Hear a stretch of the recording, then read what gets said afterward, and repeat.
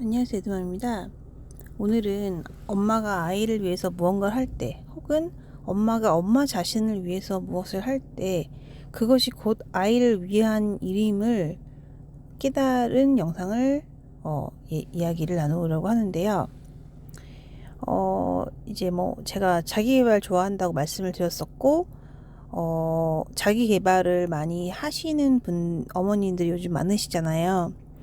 그런데 이제 하다가 중간에 포기를 하시기도 하지만 또 꾸준히 계속 잘 하시는 분들도 많이 계세요. 그런데 저 같은 경우는 이제 제가 자녀 교육에도 좀 심히 관심이 많다 보니, 그러니까 저 자신만 성장하는 것을 하기에는 이게 좀 뭔가 안 맞는다고 느껴지는 거예요, 계속. 그러니까 제가 저 자신을 위해서 하는 건 좋은데 아이들이 그만큼 아이들에게 제가 손이 안 간다고 했잖아요. 그래서 그런 아이들이 제대로 자신의 일을 수행하지 못함을 보고, 이제 물론 그런 것도 끝까지 기다려야 기다려야 줘야 하는 것이 맞는 것일 수도 있어요. 제가 참을성이 없어서 그것까지 기다려주지 못하고 계속 중간에 개입을 하려고 하는 것일 수 있는데, 근데 아무리 생각을 해봐도 엄마가 관심을 가지는 만큼 또 아이가 잘 하거든요. 그리고 또 이런 측면에서 말씀드릴 수 있어요. 저희도 혼자 이걸 뭔가 하려다 보면, 특히 내가 익숙하지 않은 것, 잘하지 못하는 것, 습관 자체가 안 되어 있는 것을 혼자 하려다 보면 사실 나태해지고 게을러져요.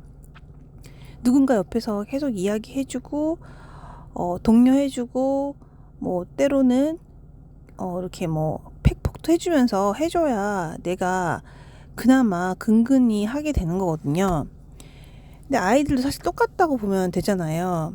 그러니까 아이를 계속 다그쳐야 된다 이런 얘기가 아니라, 아이가 어떤 일을 수행을 하기 위해 어떤 일을 수행을 했으면 좋겠고 어떤 일을 잘했으면 좋겠다는 생각이 들면 그것을 옆에서 피드백을 해주고, 잘할 수 있도록 독려를 해주고 격려를 해주고 계속해서 할 수 있도록 습관을 유지를 해줄 수 있는 누군가가 필요하다고 생각을 하거든요, 반드시. 거기다가 아이는 어른이 아니잖아요.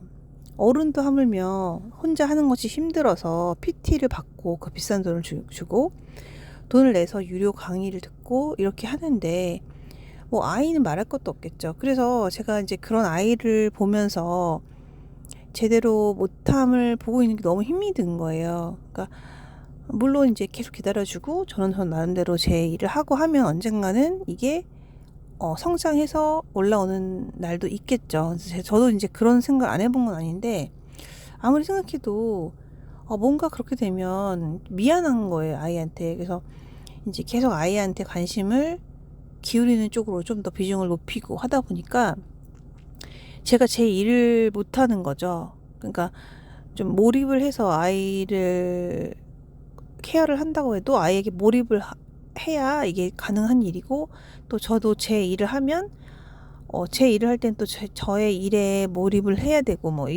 이렇게 해야 뭐든지 하나라도 제대로 할 수 있는데, 이게 두 개 다 같이 병행을 하려니까 힘든 거예요, 이게. 그래서 이제 제가 이제 당분간은 좀 이제 아이를 관찰하고 아이에게 케어하는 거, 아이를 더 잘하게 만드는 일에 더 신경을 써야겠다 생각을 하고 제 일을 좀 중단을 좀 해봤어요. 근데 제가 느낀 건 뭐냐면, 결국은 자기 개발을 자신을 위해서 하는 게 아니더라고요. 물론 자신을 위해서 하는 거긴 하죠, 당연히. 근데 예를 들어볼게요. 제가 유튜브를 하고 편집을 하고 그런 거를 한다고 할게요. 그리고 블로그를 써서 제가 글을 계속해서 매일매일 올린다고 할게요.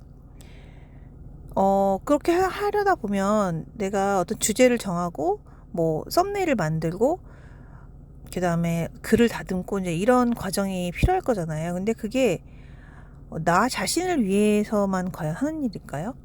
그러니까 아이가 크면 클수록 사실 학교 과제도 이제 PPT로 발표하는 일도 많고, 그 다음에 이제 아이가 이제 중학생은 아직 돼보지 않았지만 요즘 같은 경우는 컴퓨터로 거의 다 한단 말이에요.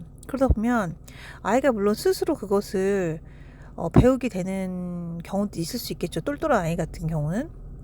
뭐 똘똘하지 않더라도 뭐 어떻게 부딪히다 보면 다 할 수는 있을 거예요. 그런데 엄마가 컴퓨터에 대해서, 그러니까 뭐 컴퓨터 능력 뭐 이런 걸 떠나서, 그러니까 요즘에 아이들이 학교에서 배울 수 있는 그런 것에 대해서 잘 알고 있다면, 다룰 수 있다면, 그리고 아이에게 알려줄 수 있다면 훨씬 시간이 단축되지 않을까요? 그리고 글 쓰는 것도 그래요. 어느 날 아이가 저에게 독후감 쓰는 걸 물어보더라고요. 그런데 제가 좀 최근에 글 쓰는 것을 좀 게을리 하던 시점이었어요, 그게. 그런데 사실 제가 아무런 글을 쓰지 않았다면 사실 말문이 막혔을 수 있어요. 아니면 뭐 뻔한 이야기를 할 수 있었을 거예요. 그런데 제가 당시에 정말 힘들어서 싫었지만 꾸역꾸역 썼던 경험들이 생각이 나는 거예요. 그러면서 내가 글을 어떻게 썼었지? 독후감을 어떻게 썼었지? 하면서 독후감을 썼던 방법을 정말 제가 느꼈던 그대로 얘기를 해줄 수가 있더라고요. 그리고 아이가 이제 학교에서 발표까지는 아니더라도 뭘 배우는데, 그것이 썸네일을 배우는 어떤 그런 기술을 필요로 하는 어떤 그런 거였거든요. 그런데 제가 유튜브를 해서 그걸 해보지 않았다라면 전혀 얘기해 줄 수 없었던 것인데, 이것도 얘기해 줄 수 있고, 그래서 이게 아이를 핑계대고 내가 내 일을 게을리 하면 안 되겠구나. 더더군다나 아이가 크면 클수록 그게 더 그렇겠구나 싶었어요. 사실 아이가 어렸을 때는 내가 이걸 당장 배워도 아이는 뭐 좋아하는 게 뻔하잖아요. 그리고 해야 하는 일도 의무사항이 없고 하다 보니까 내가 이걸 왜 배워서 뭐 할까라는 생각이 들거든요. 그런데 정말 다 배워두면 쓸데없는 게 없다라는 말이 정말 맞는 게, 정말 아이를 키우면서는 더 그런 것 같아요. 그러니까 운동도 그렇잖아요. 사실 뭐 내가 나 좋자고 하는 게 아니라, 내가 나 살 빼고 뭐 나 체력 좋자고 하는 게 아니라, 사실 아이들 지도를 하다 보면은, 그러니까 지도라기보다도 아이를 이제 공부를 서포트를 해주다 보면 정말 짜증이 날 때가 있어요. 그럴 때는 언제냐면 내 몸이 정말 피곤할 때 더욱더 그렇거든요. 근데 내가 체력이 있고, 그러니까 공부를 봐주는 것도 체력이 있고 힘이 있어야 그것도 가능한 것 같아요. 건강해야. 그래서 체력을 기르는 것도 또 중요한 거고. 그러니까 모든 일이 다 선순환이 되려면 내가 먼저 바로 서야 된다는 말이 정말 맞는 것 같거든요. 그래서 제가 사실은 뭐 여러 가지 유튜브라든지 뭐 블로그라든지 그런 것을 아이들을 이제 케어한다라는 핑계로 좀 이렇게 다시 한번 그런 어떤 뭐 횟수라든지 이제 이런 걸 다시 한번 정해봐야겠다라고 생각했던 게, 무색할 정도로 그런 게 필요가 없겠구나. 그러니까 그냥 내가 하는 것이 곧 아이를 위한 그런 바로 아이를 위해서 쓰일 수 있는 그런 노력의 과정이었다는 거를 너무 깨닫고 있습니다, 지금. 그래서 결론은 무조건 자기 개발을 하시는데, 이러신 분들 있잖아요. 나는 아이를 더 케어할 거야. 나는 내 자신보다는 아이를 케어하는 걸 더 신경을 쓸 거야. 라고 하시는 분들이야말로 더욱더 자기 개발을 하셔야 될 것 같다는 결론을 드리고 싶어요. 그러니까 내가 내 자신을 위해서 하는 것이 결국은 아이를 위해서 하는 것이 될 것이라는 거를 말씀드리고 있거든요. 아이가 크면 클수록 더욱 느끼실 거예요. 그리고 아이에게 더 내가 선한 영향을 끼치고 싶다. 좋은 피드백을 주고 싶다. 제대로 된 과정을 멘토로서 알려주고 싶다 하시는 분들은 더욱더 요즘에 나오는 것들을 배우셔야 되고, 독서를 하셔야 되고, 운동을 하셔야 됩니다.